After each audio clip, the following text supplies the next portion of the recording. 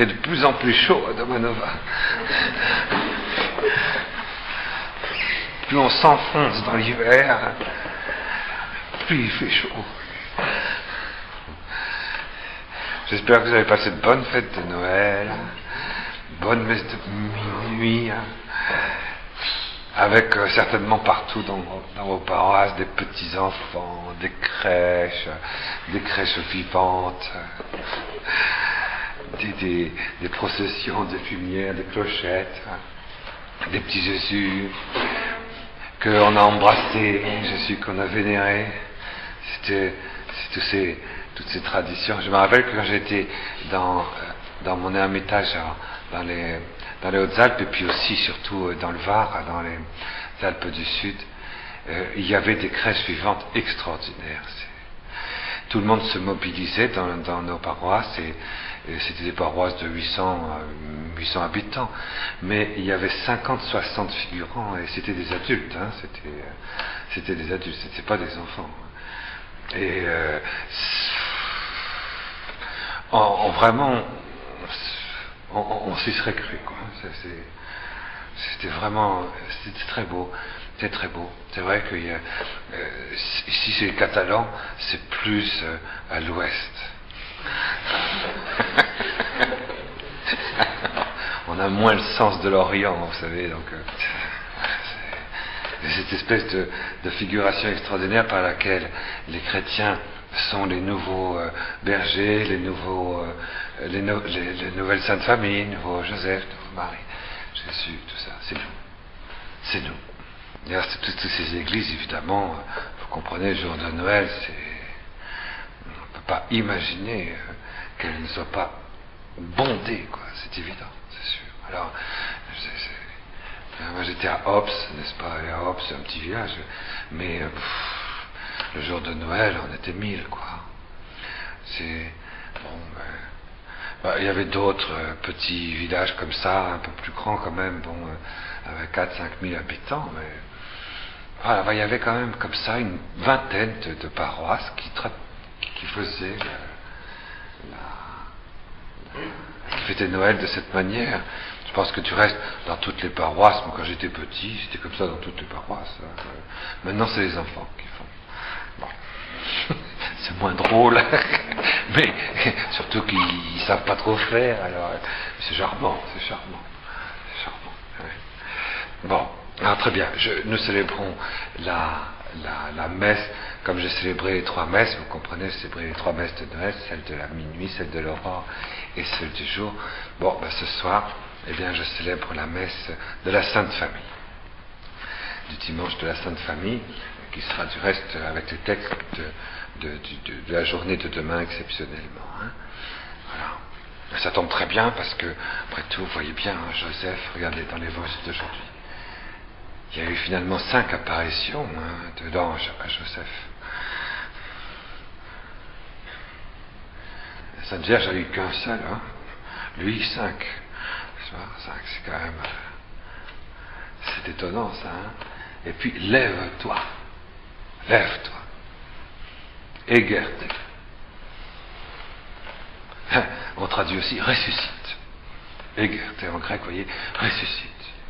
Et prends avec toi l'enfant. Kai, c'est-à-dire sa mère. C'est ça extraordinaire. Lève-toi. Joseph fait sortir d'Égypte l'enfant et la mère. C'est sûr. C'est une des grandes intuitions de Saint Jean-Eudes, Saint François de Sales, docteur de l'Église, pour dire que Saint Joseph est essentiel pour la résurrection. Son rôle est premier pour la résurrection. Lève-toi, égarte. Et prends, assume. C'est vrai, dans la mort et la résurrection de Jésus, c'est Joseph. Oui, le mystère du Jourdain, par exemple, exprime bien ça. Le baptême de Jésus et la mort de Joseph. Il prend avec lui Jésus dans le fond des enfers pour la résurrection. Et avec Jésus, du coup, quand il apprend Jésus avec lui au fond des enfers, dans sa mort, dans la mort de tous les hommes, alors à ce moment-là, ils prennent Marie dans la transverbération. Alors il y a la résurrection. Oui, c'est pour ça. Le rôle de Joseph, le rôle de Saint Joseph est très grand. Il est très grand. Et le Christ, vous voyez, dans la parole d'aujourd'hui, tu honoreras ton Père. Tu glorifieras ton Père. Et c'est ce que Jésus a fait. Il a honoré dans une vénération. Jésus, même en tant que Dieu, avait une vénération pour son Père. Et il a glorifié son Père.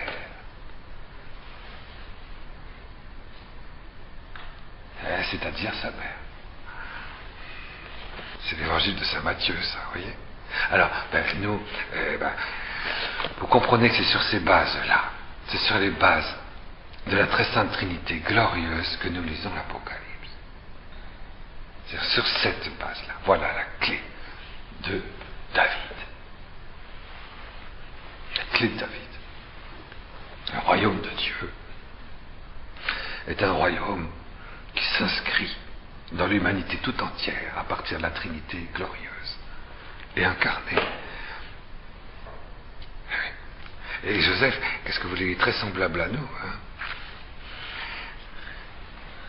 Il est très semblable à nous, il faut le comprendre ça. Et en même temps, il est très semblable à nous parce qu'il n'est pas Dieu. Comme Jésus, il n'est pas la source de la grâce adoptante comme l'Immaculée Conception. Et il est brisé par le péché originel comme nous. Et il est ajusté à tous les hommes qui sont dans cette brisure. Sans Joseph, comment Jésus aurait-il fait pour rentrer universellement dans la brisure de l'humanité pécheresse, dans la Trinité de grâce qui se constituait au jour de Noël dans la Sainte Famille? Donc c'est ça. Alors, nous lisons donc, nous continuons la lecture tranquillement de la révélation, ce grand dévoilement. Nous passons tout de suite, n'est-ce pas, tout de suite au verset suivant, n'est-ce pas, parce que vous savez par cœur maintenant tout ce qui s'est réalisé au chapitre 1 de l'Apocalypse. Chapitre 2, on s'est introduit dans l'arbre de vie. Il y a 7 étoiles. Décidément, c'est 7 étoiles. Il y a ces 7 étoiles qui sont dans la main droite de Jésus, Marie, Joseph glorifiés.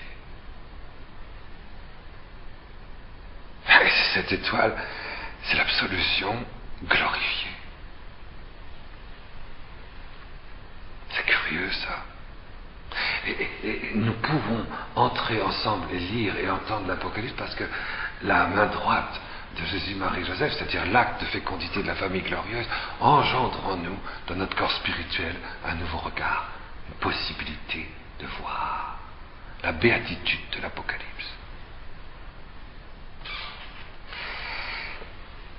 Et aussitôt que nous rentrons dans cette béatitude des 7 étoiles, c'est le début de l'Église. L'Église, comme disaient les premiers pères de l'Église, l'Église primordiale. L'Église d'Éphèse. Cette Église qui nous fait rentrer dans l'arbre de vie. Dans l'arbre de la vie. C'est vraiment extraordinaire. Il faut savoir que dans la tradition, si vous voulez, judéo-chrétienne, la tradition biblique, l'arbre de la vie est réservé à Dieu seul. Et il est planté dans le paradis immaculé de la création originelle de Dieu. Et comme l'homme a été chassé du paradis terrestre, l'arbre a été transplanté au 7e ciel. Il est translucide, il est diaphane, il est fabriqué avec de la lumière, il engendre la vie en tout ce qui existe. Il est là pour nourrir la vie. céleste de ceux qui sont sur la terre. C'est l'arbre de vie. Et de rentrer dans l'arbre de vie, c'est ça, dans la sève qui nourrit toute chose à l'intérieur de Dieu, dans la sève lumineuse qui fait grandir, j'allais dire, ce qui est intime dans le mystère de l'agneau de Dieu. Voilà, c'est ça, cette espèce d'arbre de vie. Ça, nous avons vu ça, c'est la première Église. C'est le premier rassemblement, l'Église primordiale, l'Église d'Éphèse. Éphèse, vous savez, c'était quand même l'Église de Saint Jean. Saint Jean a été, quand il avait 100 ans, quand il avait 90 ans, quand il avait 80 ans, quand il en avait 70, quand il en avait 60, quand il en avait 50, quand il en avait 40, et quand il en avait 30, était évêque d'Éphèse. Vous saviez sans doute. C'était l'évêque de Smyrne, c'était l'évêque d'Asie mineure, c'était l'apôtre de l'Asie, l'apôtre du lien, si vous voulez, entre Israël et toutes les nations. On est obligé de passer par là. On est sorti d'Égypte, on rentre sur la terre promise et on passe dans tous les peuples et dans toutes les multitudes. C'est l'Asie. Et Saint Jean est apôtre. Et Marie est cette église primordiale qui, à la Pentecôte, est venue prendre racine de son assomption à Éphèse. Si vous n'avez jamais été à Éphèse, c'est magnifique, hein. Vous savez, pendant des siècles et des siècles, des millions de gens, avant le Christ, des millions de gens allaient chaque année à pied, venant de toute la terre. Ils faisaient 6 mois de marche, de bateau, de tout ce que vous voulez, en pèlerinage à Éphèse, pour vénérer la reine du ciel. Vous savez, cette reine qu'on représente, que vous pouvez toujours aller voir à Éphèse, au musée d'Éphèse, c'est ça, ouais, cette femme qui nourrit toute la terre, qui nourrit tout. Elle a une multitude innombrable de mamelles. C'est la reine de la fécondité, c'est la reine de la vie. C'est une prophétie, c'est évident que ce culte de la mère de la vie était à Éphèse.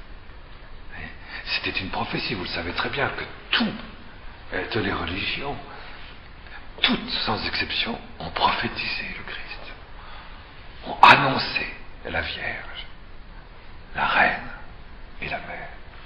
Eh bien, c'est 3 à 4 millions de gens qui venaient chaque année à Éphèse pour vénérer Marie, avant qu'elle n'existât. C'est extraordinaire. Et pendant que Marie était là avec Jean, ces pèlerinages continuaient.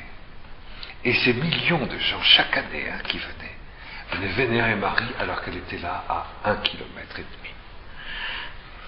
Ça fait partie de ces choses admirables de l'histoire. C'est admirable, ça. Et Marie est cachée à côté. Cachée parce que, vous comprenez, tous les peuples dans le Christ et dans Joseph, tous les peuples, c'est pas 4 millions, c'est tous les peuples de tous les temps qui viennent la vénérer à Éphèse de l'intérieur. Elle reçoit cette vénération. À Myriamna. Elle faisait le chemin de croix tous les jours, sur la petite colline qui montait jusqu'à 555 mètres d'altitude.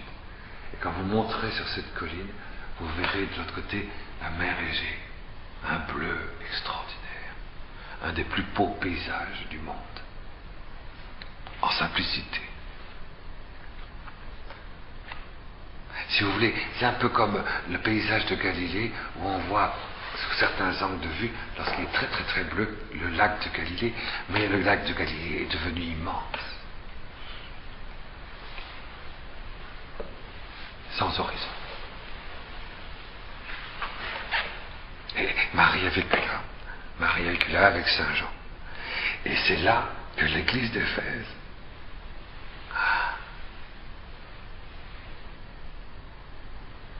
est est née. C'est l'Église mariale. C'est l'Église de l'Immaculée Conception qui est glorifiée. C'est à Éphèse que l'Église a été glorifiée dans l'Immaculée Conception de la Dormition. Ça, c'est la première Église. Et c'est pour ça, vous voyez, l'Immaculée Conception.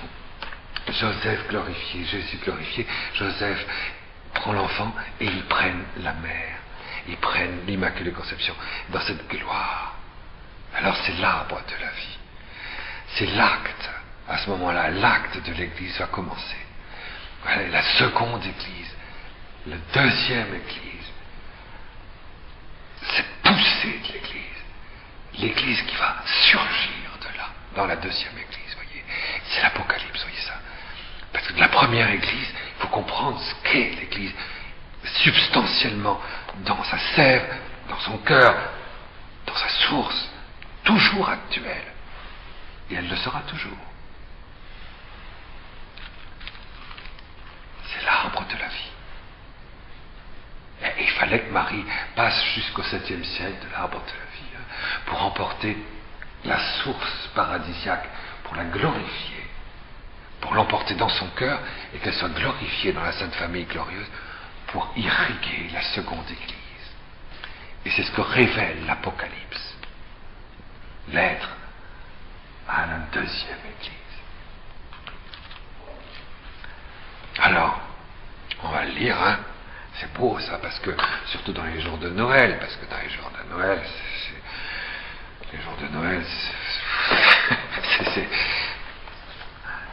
c'est un Noël glorieux, si vous voulez, la deuxième Église.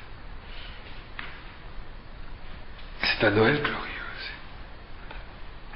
Jésus, Marie, Joseph, dans l'unique résurrection, ayant assumé l'arbre de la vie, tout en le laissant là où il est, hein, n'est-ce pas, ça c'est sûr, en le traversant, en prenant de lui tout ce qu'il a, pour le réaliser dans la gloire de la résurrection pour nous, vont être en lien avec Saint Jean. Parce qu'il faut sentir, c'est ça toujours, c'est la difficulté de l'Apocalypse. Hein. Il faut sentir que ce lien est un lien très très physique, très vivant, très palpitant. Il y a une stigmatisation de Marie dans le cœur de Jean. Ouais. Quelquefois, on voit des gens qui sont stigmatisés de Jésus. Mais Saint Jean, lui, c'est un stigmatisé de Marie. Il est possédé par Marie. Il est possédé par Marie glorifiée. Et il bat avec le cœur de Jésus.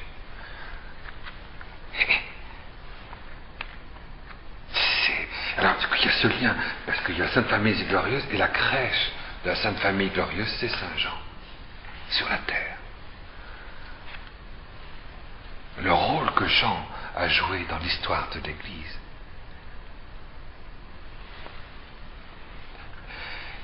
est assez facile à découvrir.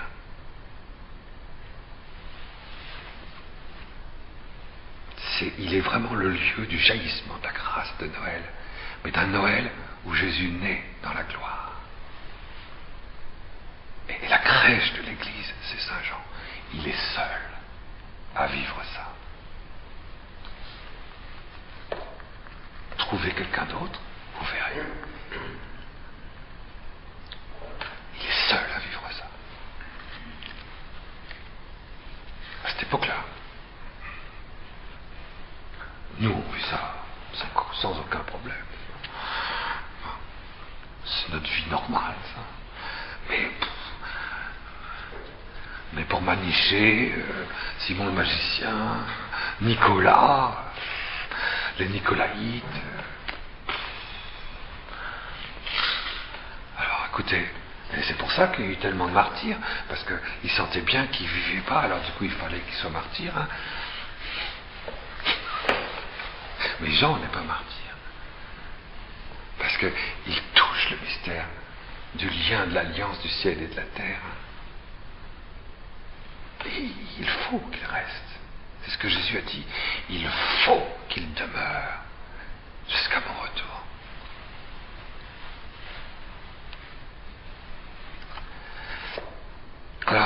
celui qui a des oreilles, qu'il entende ce que l'Esprit dit aux églises. Au vainqueur, je donnerai à manger de l'arbre de la vie. Celui qui est dans le paradis d'Élohim.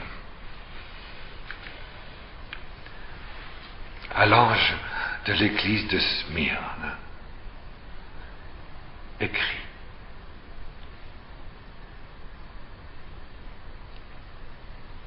il dit ceci, le premier et le dernier, celui qui était mort et qui vit.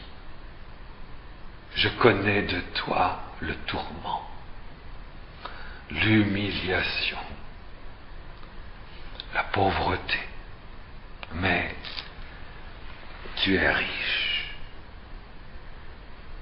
Et le blasphème de ceux qui se disent être des Yehudim,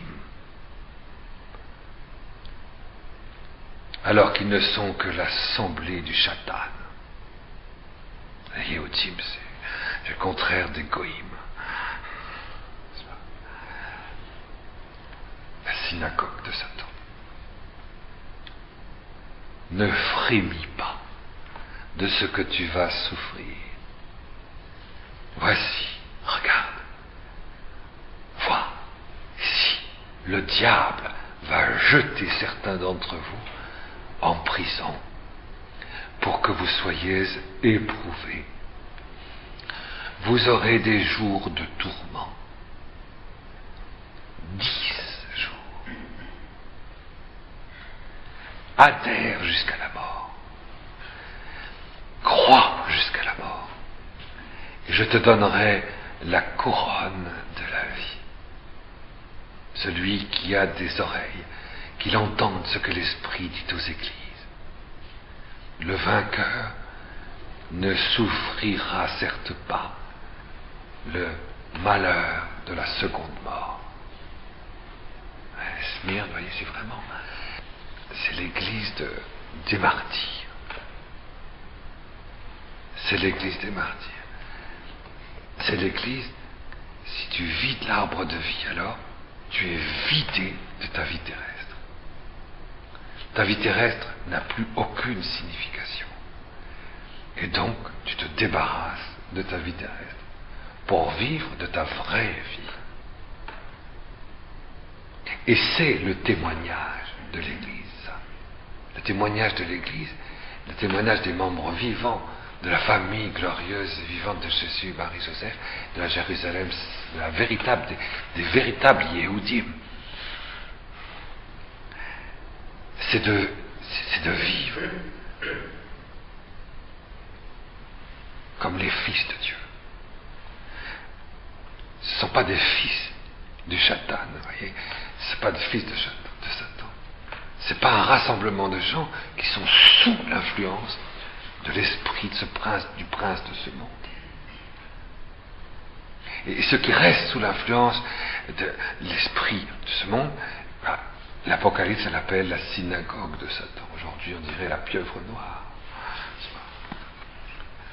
Mais il vaut mieux dire finalement peut-être, mais ça risque d'être interdit par la loi. Alors maintenant, il faut dire la pieuvre noire.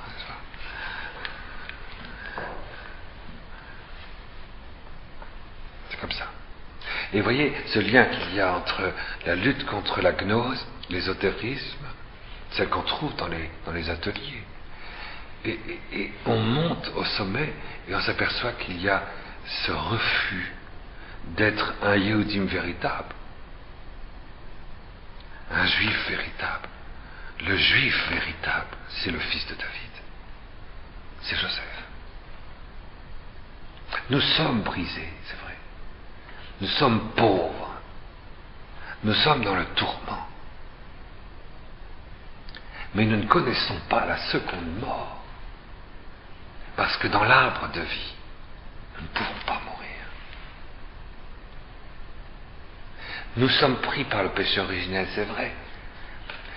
Dans l'arbre de vie, vous voyez, ça c'est vraiment un témoignage johannique, ça. Saint Jean ne connaît pas la mort. C'est ce que dit Jésus. si vous croyez en moi, vous ne connaîtrez pas la mort.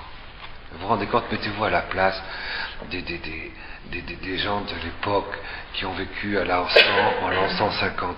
Jésus avait dit ça, on nous l'a répété, ils sont tous morts. Qu'est-ce qui se passe là? Mais si vous croyez en moi, vous ne connaîtrez pas la mort. Mais oui, c'est vrai, pourtant, c'est vrai. On ne peut pas connaître la mort si on vit du témoignage, du rassemblement de l'église de Smyrne. Si on est enraciné dans l'arbre de la vie, grâce à Éphèse, alors à ce moment-là, on rentre dans l'église de la force intérieure, voyez, du don de force.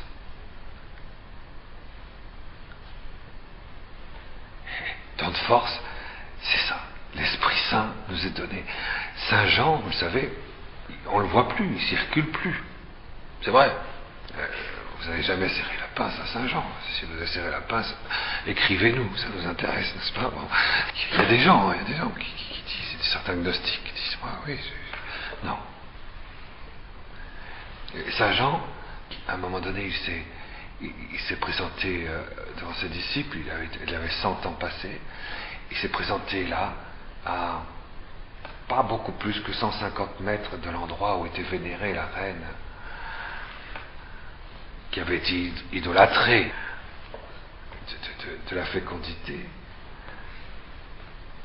Et il a fait creuser une fosse, il s'est allongé dedans, il s'est endormi.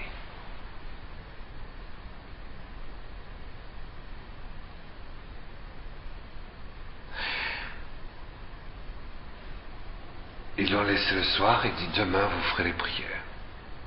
Et le lendemain, il n'y était plus là.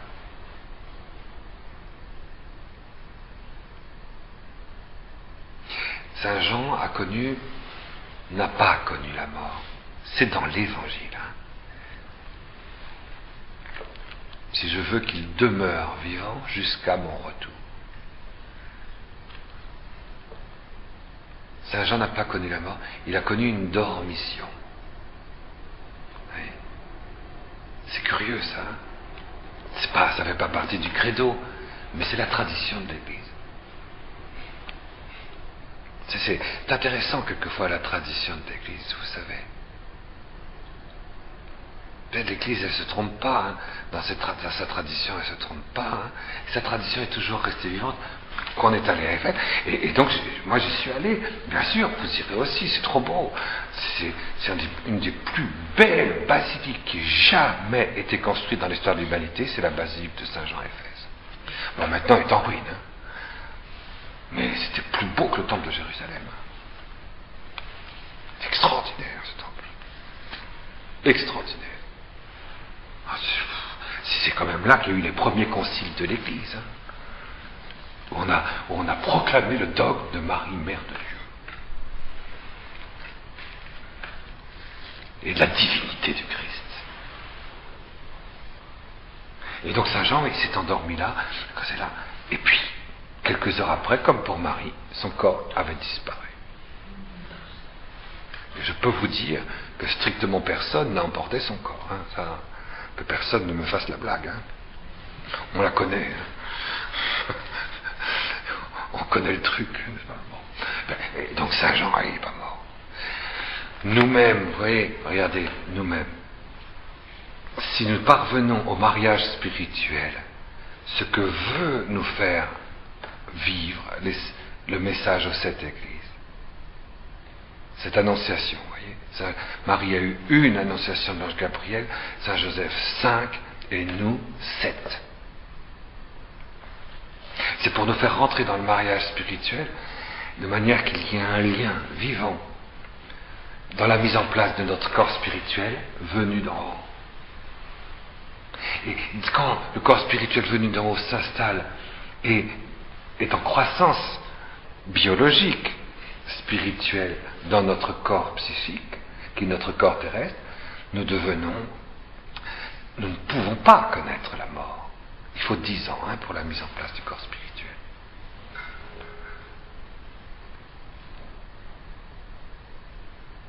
Et Saint Jean, vous voyez, on va voir ça justement dans la révélation de l'Apocalypse. Saint Jean, bien sûr, vous comprenez bien que Saint Jean a vécu la mise en place du corps spirituel venu d'en haut, venant de la Sainte Famille glorieuse, de l'arbre de la vie. Attendez, c'est l'apôtre d'Éphèse.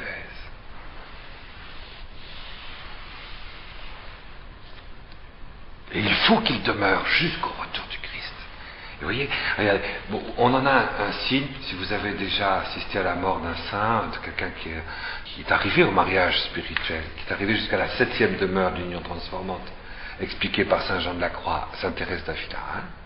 Bon, c'est-à-dire le docteur normal de l'Église spirituelle, l'enseignement normal de l'Église catholique. C'est Saint Jean de la Croix, c'est le docteur principal de la vie spirituelle. C'est Saint Jean de la Croix et Sainte Thérèse d'Avila. Alors, ils expliquent les 7 demeures de la transformation jusqu'au mariage spirituel. Notre mariage avec notre corps spirituel venu d'en haut.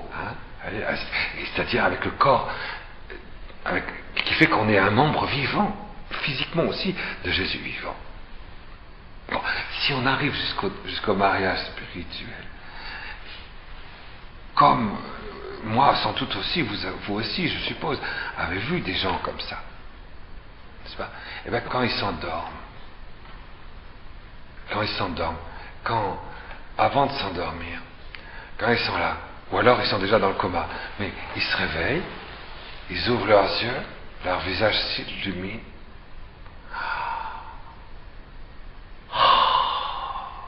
Disent que c'est beau. Et puis, peut-être une minute après,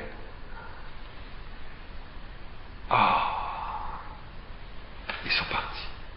Mais ils sont d'abord dans leur ravissement, puis ils partent dans leur ravissement, et vous voyez qu'ils dorment. Ils n'ont pas connu la mort. Ils n'ont pas connu la mort. Voyez ? Celui qui reste fidèle jusqu'au bout ne connaîtrait pas la seconde mort. Voyez ? Ça, c'est quelque chose qui vient de la fécondité de l'Apocalypse. Quand Jésus parle, par exemple, à Sainte Brigitte, quand il parle à Sainte Brigitte, celui qui dira mes oraisons, quelques jours avant sa mort, je viendrai moi-même avec mon auguste mère pour le prendre avec moi. Il ne connaîtra pas la mort. Vous voyez, quelquefois vous avez certains saints qui quand même nous apparaissent. Il y a des apparitions des saints, quand même, il n'y a pas que des résurrections de morts, vous comprenez? Ordinairement, quand il y a une résurrection de mort, c'est quelqu'un, justement, qui a connu la mort et qui n'était pas au mariage spirituel. Parce qu'on ne ressuscitera jamais quelqu'un qui n'a pas connu la mort, qui est rentré dans le mariage spirituel, qui est rentré en Dieu sans connaître la mort. On ressuscitera un mort qui a besoin de revenir pour être absous. Vous voyez? Mais le nombre de... Vous voyez, Saint Vincent Ferrier, combien de fois, lui qui disait « Je suis la trompette de l'Apocalypse », combien il a ressuscité de morts, ce saint-là, dans sa vie, en présence de peuple. Oui, 500 prouvés. 500 prouvés. Mais Saint Patrick, 60 fois, Saint Patrick a ressuscité un mort. Mais il n'y a pas que des résurrections de mort. Dans la résurrection de la mort, c'est moins grand que ce qu'il y a dans la deuxième Église. C'est beaucoup moins grand. Saint Jean n'a pas ressuscité de mort. Saint Jean, lui, il traverse la mort. Il communique à l'Église l'arbre de la vie venu d'en haut. Il dévoile, il est l'instrument par lequel se déverse dans l'Église la sève de l'arbre de la vie, qui est au 7e ciel, et celle de la famille glorieuse qui dévoile dans le mariage spirituel la communication du corps spirituel. C'est pour ça que Saint Paul disait, Nous avons un corps psychique, nous avons un corps spirituel. Et c'est le corps spirituel qui ressuscite. Ce n'est pas le corps psychique. Le corps psychique, il se corrompt.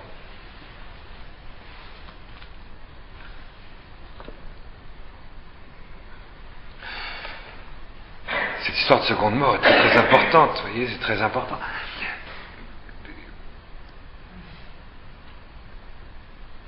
Si vous allez chez les chartreux, normalement c'est l'immense majorité du corps des moines chartreux qui sont incorrompus. Quand vous allez dans l'orthodoxie en Russie, si vous aviez un starets qui mourait, eh ben, on le mettait là. On ne le mettait pas dans un cercueil, on le mettait sur un catafalque de blanc, et puis on le mettait là, et puis on encensait, etc. Pendant un mois. Et si il commençait à sentir mauvais, alors à ce moment-là, le peuple se mettait en colère. Parce que ce starets avait simulé.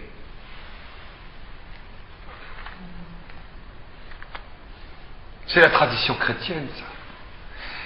C'est des signes, vous voyez, c'est pas une exception comme ça, c'est l'immense majorité de ceux qui rentrent dans la consécration totale à Dieu, rentrent jusqu'au mariage spirituel, et leur corps ne connaît pas la corruption. Vous connaissez bien l'histoire qu'on m'avait racontée quand j'étais étudiant à Fribourg. Il y avait une petite chartreuse de Fribourg, là pas loin. Bon, alors, le petit novice, tout le monde connaît cette histoire, qui dit, vous savez, les chartreux, dans la règle des chartreux, vous creusez un petit peu votre tombe, n'est-ce pas, et puis vous faites la prière, et vous vivez seul, hein, vous ne voyez strictement jamais personne. Vous êtes seul dans votre cellule, et à côté il y a un autre ermitage, une autre cellule, etc. Donc les chartreux, ils ne se voient même pas dans les offices, parce qu'ils sont bien dans la même chapelle, mais ils sont séparés, quoi, par des murs, vous voyez, des espèces de murs en bois, mais ça fait rien. Et ils disent l'office ensemble, mais ils ne se voient pas. Une fois de temps en temps maintenant, je pense qu'ils se voient le dimanche. Ils ne parlent jamais à personne, c'est uniquement Dieu. Et dans la règle de Saint Bruno, puisque c'est Saint Bruno le fondateur des chartreux, eh bien, il est dit que même si il est strictement interdit de canoniser un chartreux. Sinon, ça ferait trop de canonisation. Alors donc, il est strictement interdit de canoniser un chartreux. Ils doivent rester cachés aux yeux du monde, dans la vie et dans le ciel. Et donc on ne canonise pas les chartreux. Donc un petit novice, il rentre, dit voilà, et puis il creuse son truc, parce que les novices, ils ont le droit quand même de sortir de la cellule, d'aller voir le père maître pour apprendre à vivre en ermite, voilà, et dans la chartreuse. Alors il creuse, et puis à un moment donné, il prend un coup de pioche, et puis le sang jaillit de son petit jardin. Il y a du sang qui jaillit. Alors il dit, et il y avait son prédécesseur, vous comprenez? Alors, donc, vite, il court chez le père maître, en disant, Père, mais qu'est-ce qui se passe? J'ai creusé, et il y a du sang qui jaillit. Il dit, alors? Ça veut dire qu'il est encore vivant. Qu'est-ce que je dois faire? Il dit, vous rebouchez et vous creusez à côté. Voilà l'histoire. Alors, c'est comme ça. C'est comme ça. C'est comme ça. Bon, mais ça, c'est que des petits signes. Ce ne sont que des signes, vous comprenez? Ce ne sont que des signes. Mais celui qui arrive au mariage spirituel ne connaît pas la mort. En ce sens que, une fois que son corps s'est entièrement spiritualisé, premièrement, du coup il ne connaîtra pas la mort, mais en même temps il a mis en place son corps spirituel, si bien que c'est pas seulement, j'allais dire, vous voyez, ce n'est pas seulement son âme spirituelle qui s'est séparée de son corps à sa dormition, mais c'est aussi quelque chose, tout ce qui relève du corps spirituel venu d'en haut, qu'il emporte avec lui.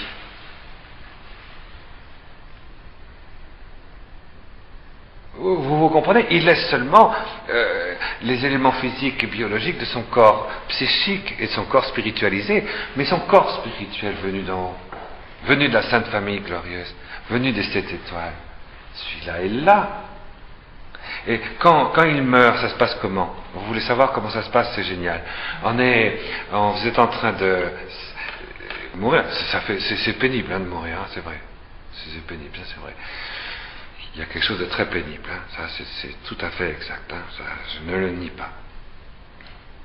Mais à un moment donné, ça y est, vous voyez la lumière du Seigneur. Vous n'êtes pas mort. Alors, le Seigneur vient vous prendre. Alors, il vous prend par la main. Je connais une personne personnellement qui a connu ça. Il prend par la main. Là, vous sortez du lit, ou si vous êtes assis, vous vous levez. C'est Jésus vous prend. Et puis, vous allez avec lui. Il me dit, tiens, bon, le Seigneur vient. Alors, il me prend. Et puis, vous partez avec lui. Et puis après, vous vous trouvez avec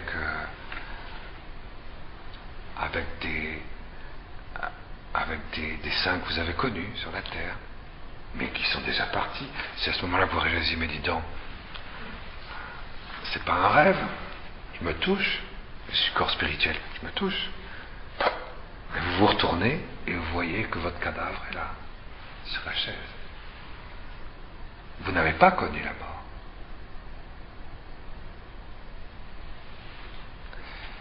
Mais votre corps, celui qui est resté, ressuscitera.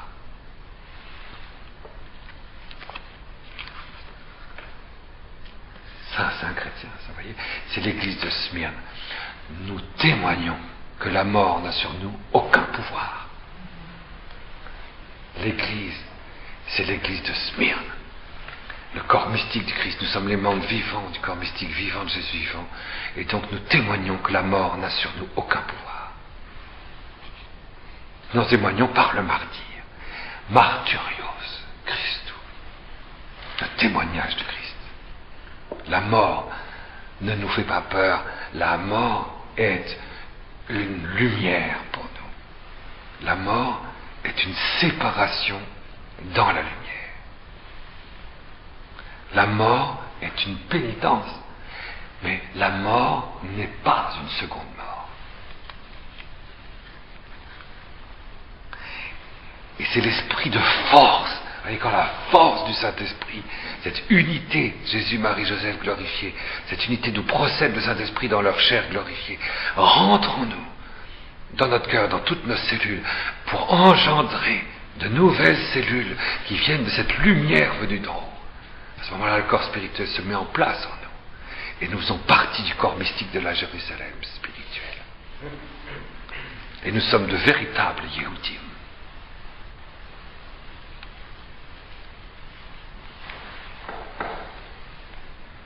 C'est pour cela que saint Paul dit, il n'y a plus ni Yehudim, ni Goïm, ni Juifs, ni païens.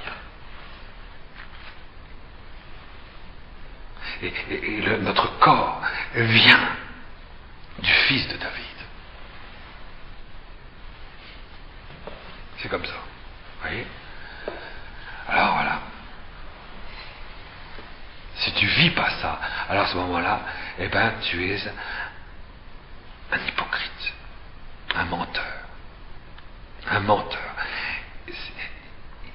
C'est le mensonge, le blasphème de ceux qui se disent être des juifs, des Yehudim, et ne sont que la synagogue de Satan.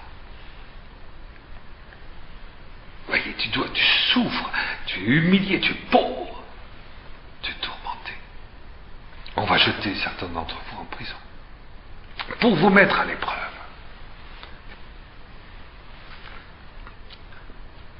Vous savez, le cardinal vietnamien, là, vous savez, qui est décédé il n'y a pas longtemps, c'est le président de justice et paix. C'est un ami que j'aime beaucoup, et on s'aime bien. C'est un ami, bon.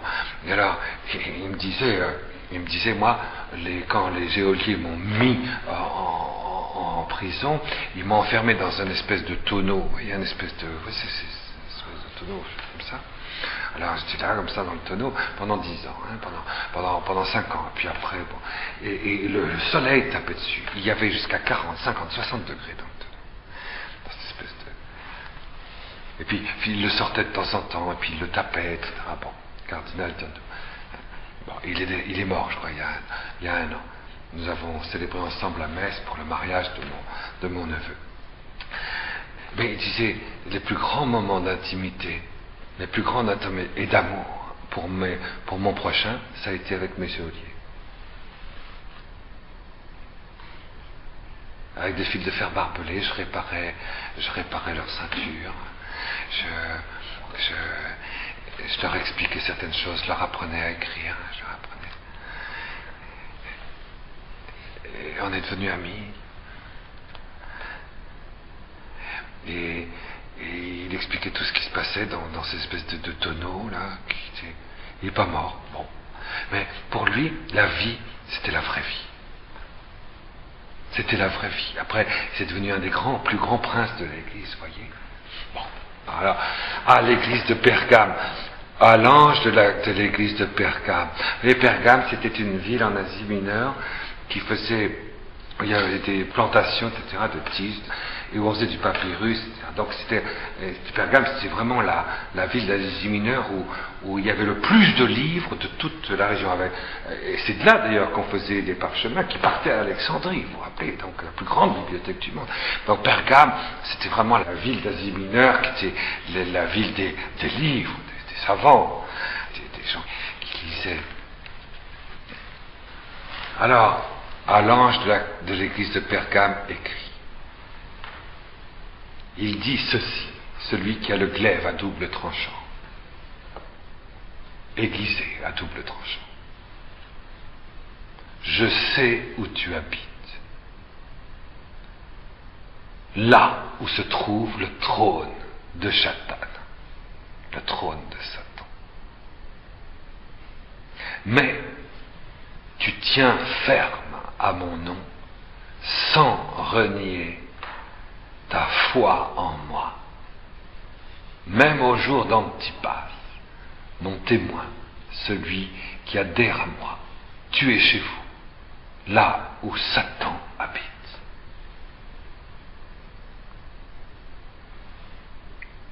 Mais j'ai un rien contre toi. Tu as là des détenteurs de l'enseignement de Balaam, qui enseigna à Balak à jeter l'achoppement en face des bénaïs d'Israël, à manger des viandes sacrifiées aux idoles et à putasser. Ainsi, tu as aussi des détenteurs de l'enseignement des Nicolaïtes. Reviens. Autrement, je viendrai vite et je guerroierai contre eux avec le glaive de ma bouche. Celui qui a des oreilles, qu'il entende ce que le souffle dit aux communautés, ce que l'Esprit dit aux églises. Au vainqueur, je donnerai la manne cachée. Je lui donnerai une pierre blanche, et sur la pierre un nom nouveau, que nul ne connaît, sinon celui qui le reçoit.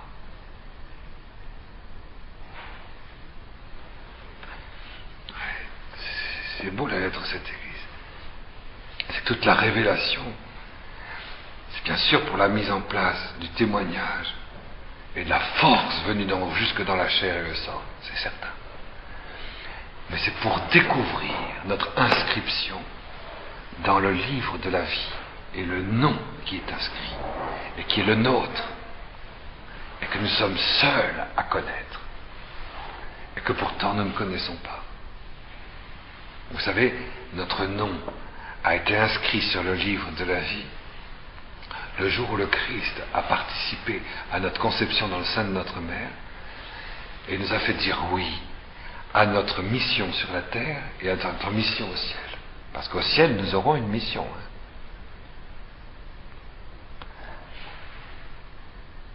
Et tout le problème du chrétien, tout le problème de l'homme, au fond, c'est de savoir quelle est sa mission au ciel. Et aussi quelle est sa vocation sur la terre, sa mission sur la terre. Eh bien, cette mission au ciel, elle s'est inscrite à notre conception, à la suite de notre manière de dire oui, de notre liberté originelle, 9 mois avant la naissance. Tout ça, c'est des choses qui viennent de saint Augustin et aussi, bien sûr, de la tradition juive. La tradition juive tient très fortement que dès la conception, Dieu donne l'âme au principe même de la vie embryonnaire. Et que cette âme est donnée avec Dieu dans l'arbre de vie, bien sûr, mais cet arbre de vie qui donne le corps dans son germe psychique, parce qu'il va être frappé par le péché originel, va faire dire à la personne qui est ainsi créée, tandis qu'elle est encore dans cette vastitude, dans cette présence spirituelle du Créateur en elle, et quand il y a la présence spirituelle du Créateur dans notre âme, même 9 mois avant la naissance, il y a une force de liberté, une force de conscience, une force de lucidité, une force d'affection, une force de don, une force de liberté, et une force aussi de présence divine à l'intérieur de nous, une force d'union avec lui, et une très très très très très grande présence à tout ce que Dieu fait, tandis qu'il est en train de créer tous les autres, tout ce qui existe à travers nous, tandis qu'il est en train de nous créer. Et ça, cette expérience-là, nous l'avons connue, elle demeure présente dans chacune des cellules de notre mémoire génétique, dans le premier génome, qui se multiplie des milliards de fois tout au cours de notre vie terrestre. Elle s'est inscrite dans une mémoire à la fois intérieure, spirituelle, et en même temps physique. C'est une mémoire d'homme. Et avec ça, nous avons été inscrits dans le Christ sur le livre de la vie. Notre nom a été inscrit. Et le livre de la vie a 2 pages, l'homme et la femme, glorifiés. Parce que notre vrai père, notre vraie mère, dans notre nom véritable, c'est évidemment la Sainte Famille Glorieuse, c'est Jésus et Marie, et c'est la paternité de Dieu dans notre corps spirituel, voyez. Et quelque part, voyez, il y a quelque chose qui fait que nous savons très bien quel est notre nom, mais nous ne le savons plus. La vie chrétienne consiste à retrouver ce nom, qui est un nom nouveau quelque part, parce qu'il faut que nous le retrouvions à travers la rédemption, à travers l'intégration du corps mystique de l'Église tout entière. Alors c'est un nom nouveau. Vous voyez, c'est ça le livre. Vous voyez, Pergame, le don de science, la vraie connaissance. La connaissance de la révélation, la connaissance biblique, la connaissance de l'Apocalypse. Le livre, ce livre de l'Apocalypse vient d'en haut. Nous sommes inscrits dessus. Et c'est beau. Ce qu'il faut comprendre, c'est que la lettre de cette église montre que, et Saint Jean, il faut comprendre que Saint Jean, lui, il vit quelque chose de très très très très fort quand il voit, quand il entend ce message de l'ange à l'église de Pergame. Parce qu'à ce moment-là, évidemment que quand l'église de Pergame, l'ange de l'église de Pergame lui dit ça, évidemment que lui, dont il est le pasteur, pour l'alpha et pour l'oméga, il lui est révélé bien sûr le nom qui est le sien, et qu'il est le seul à connaître sur une pierre blanche.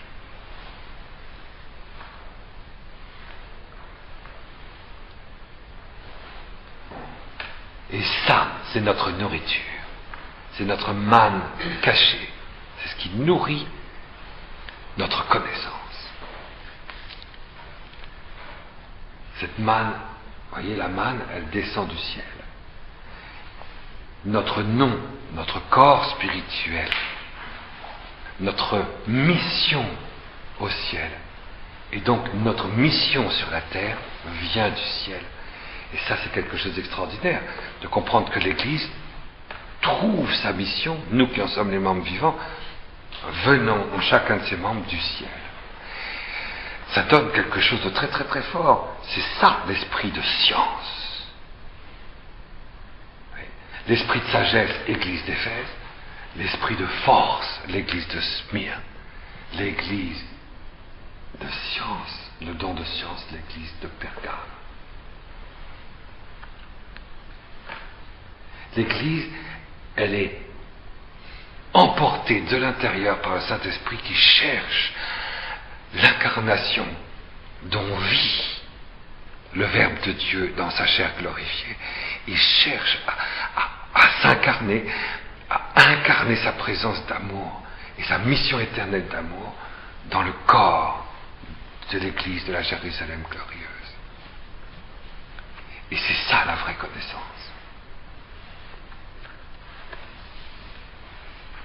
Évidemment que Saint Jean vit de ça. Alors contre ça, bien sûr, attention, nous vivons de ça au milieu d'un monde, nous on est plantés dans un monde habité par Satan. La terre que nous connaissons, c'est plus un secret pour nous, on pouvait en douter, je sais pas, au Moyen-Âge, ou je sais pas quand vous êtes avec les Boros au Sahel, bon, c'est un paradis la terre, mais aujourd'hui on ne peut plus en douter que c'est Satan qui demeure dans la terre. C'est lui. Et nous sommes au milieu de là. Eh bien, ce qui nourrit notre vision de notre existence, c'est ça, cette science, c'est l'esprit de science de Dieu. L'esprit de science de Dieu, c'est, dans la béatitude, c'est bienheureux les affligés, ils seront consolés. Bienheureux les affligés, ils seront consolés parce que on est affligé parce que on voit qu'on ne peut pas appartenir à cette terre, puisque cette terre, c'est le trône, c'est le règne du Satan. Alors on est affligé, qu'est-ce que vous voulez? On est obligé de se détacher des choses de la terre. Et pourtant, on est de la terre, donc on est obligé de s'enfoncer encore plus profondément dans la terre, dans sa racine. Et la racine de la terre, c'est le Christ. Il faut être encore plus concret, si vous voulez. Alors, dès qu'on découvre, il faut aller plus profond que notre identité seconde, comme disent les psychologues aujourd'hui, notre identité néoformée.